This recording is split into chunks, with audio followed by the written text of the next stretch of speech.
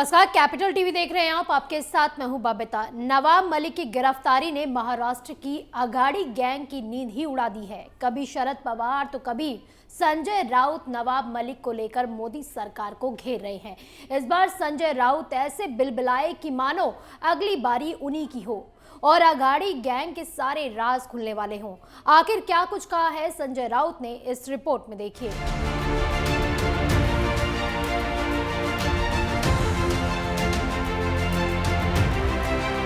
दाऊद इब्राहिम से कनेक्शन पर नवाब मलिक की गिरफ्तारी से अघाड़ी गैंग में भूचाल आ गया है। अघाड़ी गैंग के नेता कभी ईडी की गिरफ्तारी के खिलाफ प्रदर्शन कर रहे हैं तो कभी मोदी सरकार को घेरने के लिए नए नए आरोप लगा रहे हैं। इसी कड़ी में शिवसेना नेता संजय राउत ने बिलबिलाते हुए मोदी सरकार को घेरा और अफजल खान, कंस और रावण का जिक्र कर निशाना साध दिया। संजय राउत ने कहा कि नवाब मलिक का इस्तीफा नहीं लिया जाएगा और लड़ाई लड़ी जाएगी। हैरानी की बात तो यह है कि नवाब मलिक की इतनी बड़ी करतूत दुनिया के सामने आ गई।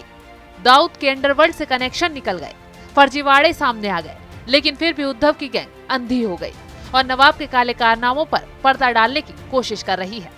और इस सब की वजह ये भी हो सकती है कि कहीं अघाड़ी गैंग के और भी नेता इस फर्जीवाड़े में शामिल तो नहीं, जिससे अगर नवाब मलिक ने मुंह खोला तो शायद कई और नेताओं के राज खुल सकते हैं। इसलिए अघाड़ी गैंग के नेता नवाब मलिक की गिरफ्तारी से परेशान हो रहे हैं और मोदी सरकार को घेरकर अपनी करतूत छुपाने की कोशिश कर रहे हैं। संजय राउत ने अब ट्वीट करते हुए लिखा है कि महाविकास अघाड़ी से जब आमने सामने नहीं लड़ सके तब पीठ पीछे अफजल खान की तरह वार किया। करने दो, एक मंत्री को कपट से अंदर डालने का काम करके किसी को आनंद आ रहा है तो आने दीजिए। नवाब मलिक से हम इस्तीफा नहीं लेंगे, हम लड़ेंगे और जीतेंगे।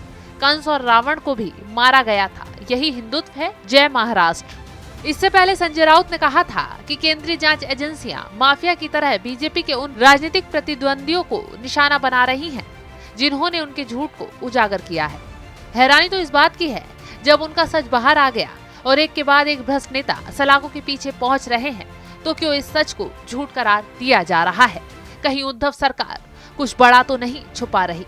नवाब मलिक की गिरफ्तारी के बाद मोदी विरोधी गैंग एकजुट होकर मैदान में उतर आई है और नवाब के काले कारनामे छुपाने की कोशिशों में लगी है। अखिलेश यादव, ममता बनर्जी, शरद पवार के बाद संजय राउत भी ईडी की कार्रवाई को गलत बता रहे हैं, लेकिन बीजेपी ने नवाब के काले चिट्ठे खोल दिए हैं और नवाब के इस्तीफे की मांग कर रहे हैं। आप देखते रहे कैपिटल टीवी। नमस्कार।